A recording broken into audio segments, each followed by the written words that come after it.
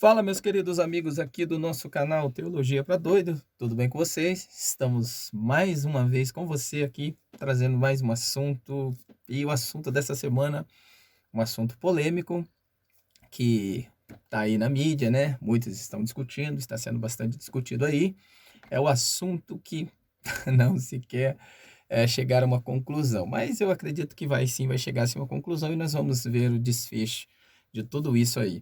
O tema que nós iremos discutir, ou o assunto que eu quero trazer para vocês aqui, bastante polêmico, é a respeito dos impostos para as igrejas. Esse assunto aí que está na boca do povo e todo mundo quer saber, e os próprios membros, né, os próprios membresia da igreja também está interessado na que fim ou que pés vai chegar esse assunto. Então, as igrejas pagam imposto, não pagam, as igrejas contribuem para a união ou não contribuem. O que vai acontecer com o desfecho de todo esse assunto aí? Então, eu vou aqui mostrar para você vai estar vendo aqui em primeira mão um vídeo aqui de um pastor aí reclamando e falando a respeito desse absurdo, porque na mente deles é um absurdo. Então você vai estar aqui, eu vou estar pondo aqui para você estar assistindo e depois nós iremos aqui fazer o nosso comentário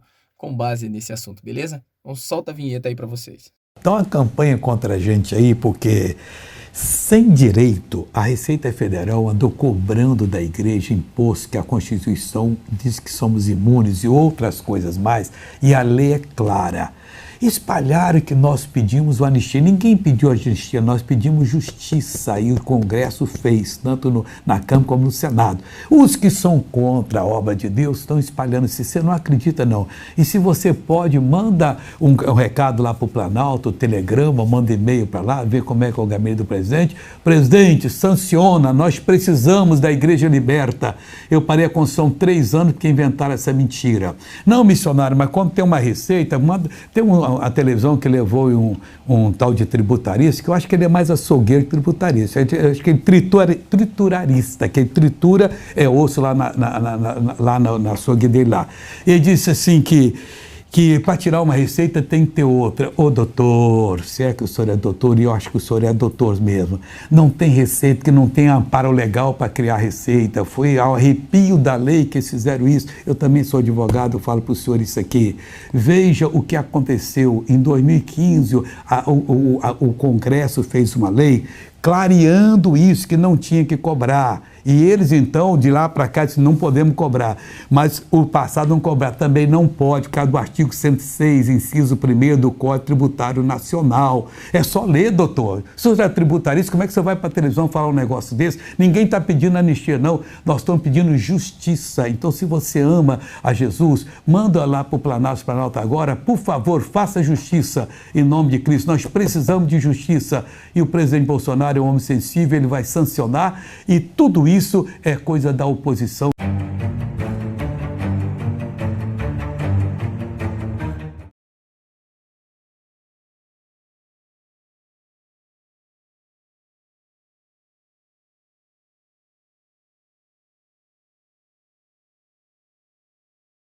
Pois é. Então vamos lá, você viu aí, né, o pastor R.R. Soares aí falando, né, reclamando a respeito dos impostos, né, que está ali tramitando e provavelmente, né, ninguém se sabe como é que vai, a gente só sabe que o negócio é meio, quando cai ali, né, na Câmara dos Deputados, Senado e tal, votação de presidente, isso e aquilo, nós sabemos que é meio que contraditório e a gente não sabe a que pés até eles votar, porque muitos da bancada tal, a bancada disso, a bancada daquilo, a bancada evangélica, isso e aquilo, bancada. Então, a gente não sabe, na verdade, a que pés vai chegar, se vai ser aprovado, se não vai ser aprovado, se vai ser sancionado, se não vai ser. A gente só sabe de uma coisa, que as igrejas, elas têm imunidade tributária. Gostaria de falar para vocês rapidamente aqui, com base aqui na lei, né? Essa questão da imunidade tributária, e depois eu gostaria de dar a minha opinião a respeito desse assunto, pois há muitos anos, há quase 30 anos faço parte, né, de ministérios, né? Faço parte de ministérios, dentro ali de ministério, convivendo justamente com ministérios e fazendo parte de tudo isso, a gente sabe como é que funciona mais ou menos essas questões de finanças, de se a igreja utiliza o dinheiro para quê, como. Então, a gente tem mais ou menos uma noção aí, por estar há muitos anos dentro da igreja e contribuindo também dentro da igreja também, tá bom? Então, primeiramente aqui, quero passar para vocês o que é imunidade tributária. Deixa eu só ler aqui. O que é imunidade tributária?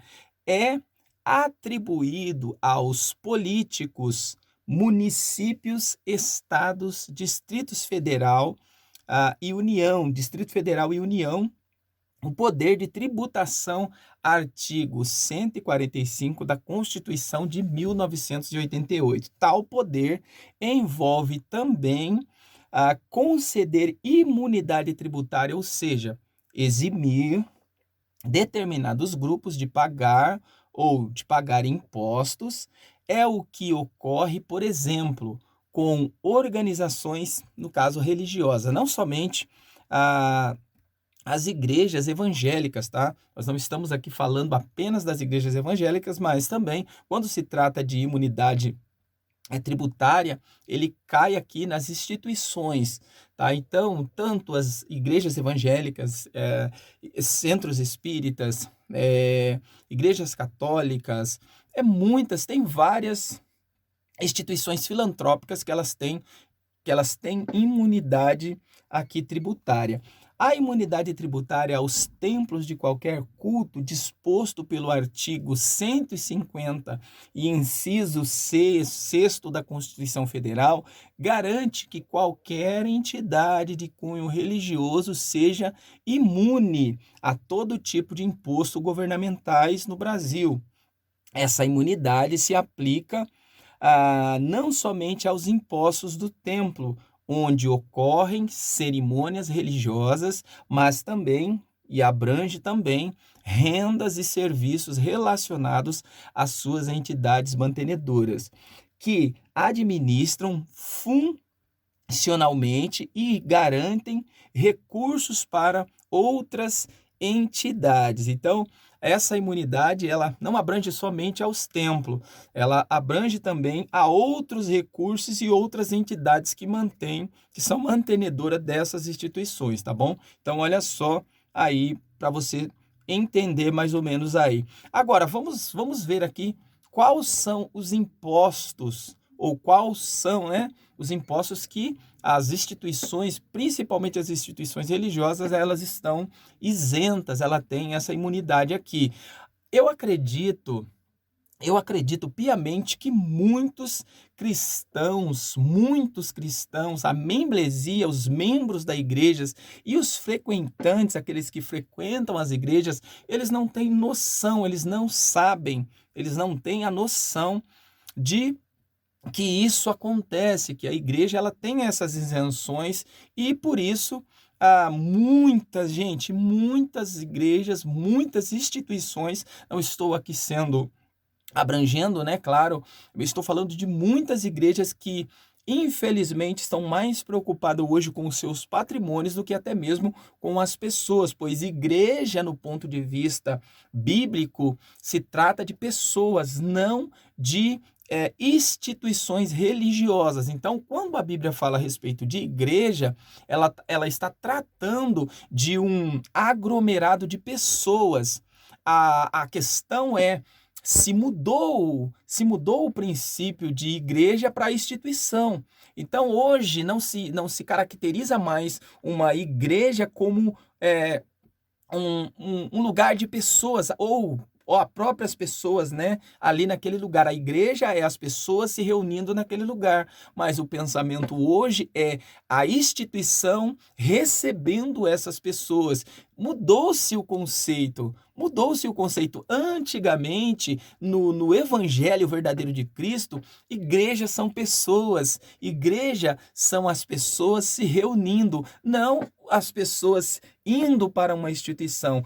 Instituição são patrimônios, lugares aonde as pessoas vão são patrimônios onde essas pessoas se reúnem.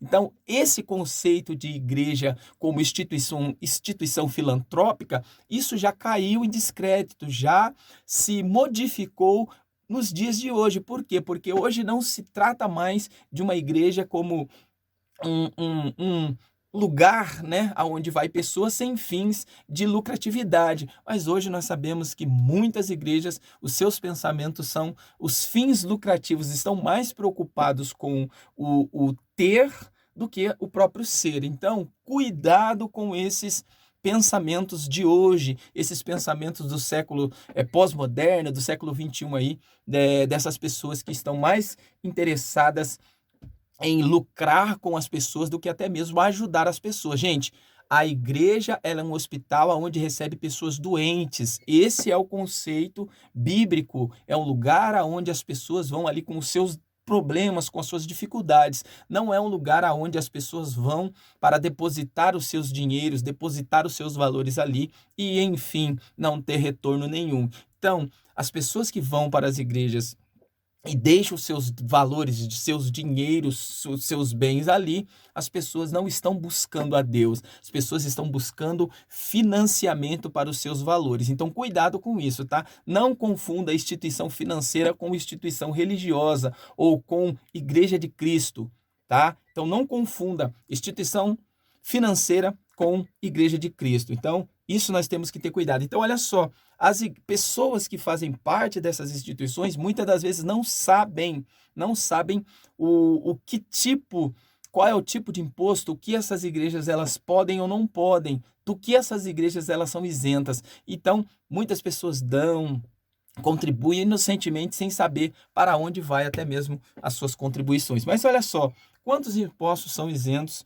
Ou quais os impostos, melhor assim dizendo, quais os impostos são isentos para entidades religiosas? Vamos lá, então vamos entender aqui, ó. Entre os impostos mais comuns, isentos aos templos de qualquer culto, estão o primeiro, imposto predial e territorial urbano, que é o chamado aí conhecidíssimo aí pelas pessoas de IPTU, né? É o imposto predial e territorial urbano, que é o IPTU, imposto de renda, que é o IR, né? Imposto de renda, a contribuição para financiamento de seguridade social, que é o COFIS, na verdade aqui é o COFIS, né? E o Imposto sobre Circulação de Mercadoria e Serviços, o ICMS, e o Imposto sobre Transmissão, Causa Mortes e Doações, o ITCMD. Então, esses são os impostos a qual as instituições, né, chamadas sem fins lucrativos, elas estão isentas de pagar esses impostos, não são cobrados esses impostos dessas instituições e, infelizmente, e se entra, gente, muito dinheiro, tá? Se entra muito dinheiro, sim, principalmente nessas igrejas, nessas grandes templos, nesses grandes ministérios aí, se entra muita grana, muito dinheiro e tem pessoas, infelizmente, enriquecendo com isso. Agora, nós sabemos, cremos e temos a convicção de fé que Jesus, ele deixou a sua igreja, deixou aí a sua igreja firmada, deixou as pessoas firmado na sua palavra, no seu evangelho, para que essas pessoas viessem a participar, sim, de uma instituição, de uma igreja. Agora, esse negócio de trocar a igreja de Cristo por uma igreja humana, esse está sendo o perigo de hoje, porque as pessoas estão mais preocupadas com a igreja como instituição do que com a igreja como pessoas. Então, esse é o perigo que nós estamos correndo hoje. Entender instituição filantrópica, instituição financeira, na verdade, como instituição aonde as pessoas ali fazem parte. Como as organizações religiosas se beneficiam ou são beneficiárias com a imunidade tributária. Vamos ler aqui rapidinho e já vou estar colocando aqui a minha opinião concernente, minha opinião e experiência com base aqui no que eu estou dizendo, tá? Vamos lá. Além de não pagar impostos sobre aluguel, olha só, gente, olha só que coisa importante aí de saber, tá? Para você que faz parte, que é membro, e você não sabia disso, contribui inocentemente sem saber disso, preste atenção nisso daqui, ó. Além de não pagar impostos sobre aluguel de imóvel, bens em nome da entidade, serviços prestados, entidades religiosas também não sofrem tributação para a reforma de templos. Por exemplo, todo material adquirido e serviço contratado pela organização religiosa são isentos de impostos, como os templos de qualquer culto não são comerciais e se mantêm por meio de doações, a imunidade tributária permite que os valores arrecadados sejam utilizados de forma mais ampla, destinando-o para projetos sociais, obras no imóvel, compras de equipamentos para os cultos, promoções de eventos e assim por diante. Então vamos lá, vamos aqui estar pontuando essas questões aqui como uma pessoa que já faz muito tempo, mais de 30 anos, que faz parte aí do ministério e sabe como tem funcionado aí por trás de todas as câmeras, tá, gente? Então, por trás das câmeras, nós sabemos como que funciona, se é bem assim ou não. Então, primeiro, ó, vamos lá. Como nós lemos aqui, além dos impostos, aluguéis, imóveis, bens, do nome da entidade, serviços prestados, a entidade religiosa também não sofre tributações para reforma. Por exemplo, se foi feito uma reforma aí de um grande templo, e claro que muitas reformas gasta-se muito dinheiro, se compra muitos materiais, a instituição que não sofre esses impostos, ela fica isento de alguns impostos. Olha lá, vamos lá. Há muito tempo atrás, ou vamos dizer assim, algum tempo atrás aqui, foi se construído lá em São Paulo um grande templo chamado de o Templo de Salomão. Um grande templo que gastou-se muito dinheiro, foi gastado-se muita grana ali, foi trazido de fora, né? De fora, lá do lado de Israel, lá daqueles lados lá, foi trazido muitas pedras daquele lugar, pedras, né?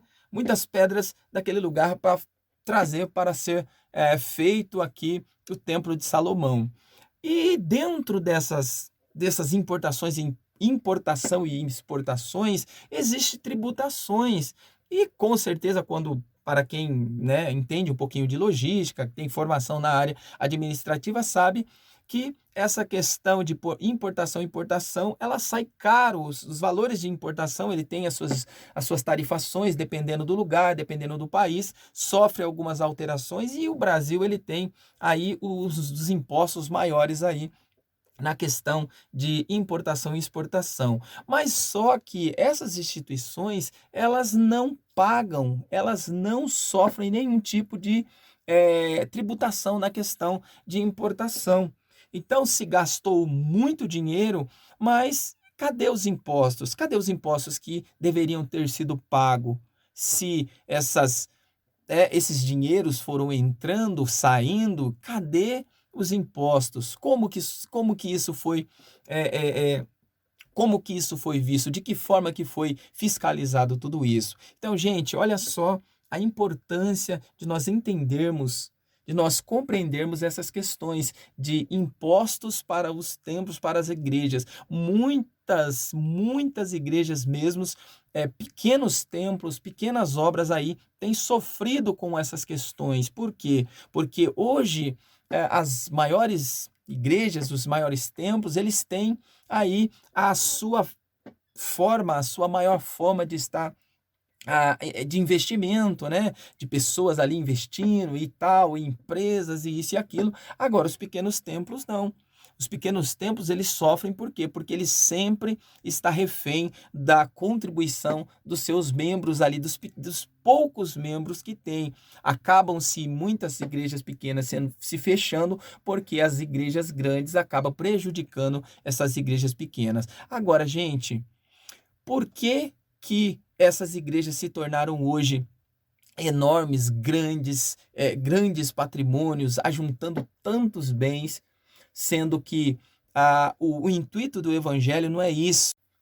Jesus ele deixou bem claro aqui sobre, quando falando, né, a respeito aqui do financeiro, da questão financeira, ele nos deixou bem claro aqui que a raiz de todos os males, né, a raiz de todos os males não estava na questão dos bens materiais. Então, os bens materiais, ele nunca foi um problema. Nunca foi um problema para Salomão, nunca foi um problema para Davi, nunca foi um problema para José, nunca foi um problema para Jesus.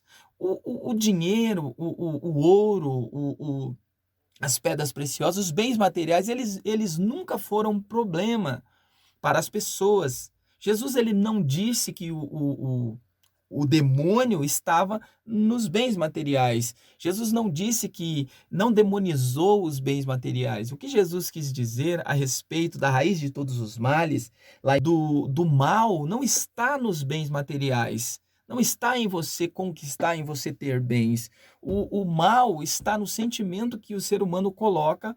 A raiz de todos os males está no verdadeiro sentimento que a pessoa coloca aí nos bens materiais. Por quê? Porque você não pode, como o texto diz, você não pode adorar a dois senhores. Ou você agrada a um, o escravo, o servo, ele não pode ter dois senhores. Ou ele obedece o seu primeiro senhor, ou ele obedece o segundo. Então ele não consegue ter dois senhores, ou ele obedece um, ou ele obedece outro. Aquele que está escravizado pelos bens materiais, pelo dinheiro, ele vai servir ou um ou outro. E qual desses vai pesar maior? Logicamente, o que vai pesar maior é aquele a qual ele colocou mais o seu coração, que é os bens materiais. Então, o problema que Jesus quis dizer aqui não era em ter bens materiais, era em você colocar o seu sentimento naquilo que você tem. Por quê? Porque quando você coloca o seu sentimento nos bens materiais, aquilo se torna para você um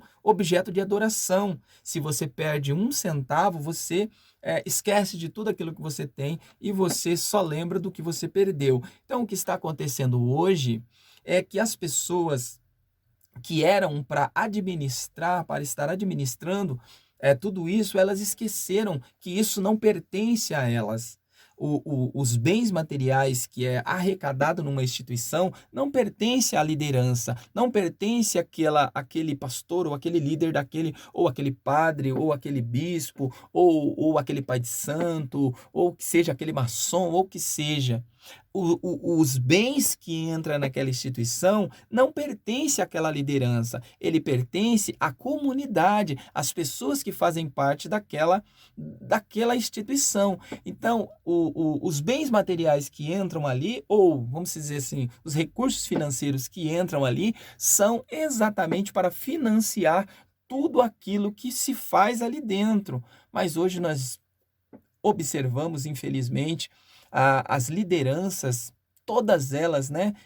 Falando as grandes lideranças aí, andando de carro importado, andando de jatinho. Tem muitos irmãos e igrejas, gente, pastores aí, bispos, que tem avião, tem jato, tem navio, tem jatinho, tem lanchas, tem casa na praia, tem casa não sei aonde, tem casa nos Estados Unidos, tem mansões não sei aonde e tal, tem contas bancárias. Gente, olha só o que aconteceu com a fé das pessoas, negociando a fé das pessoas. Então, o problema que está acontecendo hoje, o que está acontecendo hoje no meio, estou falando na questão religiosa geral, não se trata somente de evangélicos, católicos, espíritas, eu estou falando aqui numa questão geral, maçonaria, os próprios ateus, né, que também é uma instituição, é, os espíritas, os satanistas, os umbandistas, os espíritas, todas as afros, essas religiões afros, essas religiões, instituições indígenas, gente, tornaram-se isso uma forma de arrecadação de fundos, de dinheiro. Esqueceram que as pessoas que fazem parte ali são pessoas que precisam, são pessoas humildes. As igrejas, elas têm, a sua maioria da sua membresia das igrejas são pessoas pobres, pessoas humildes.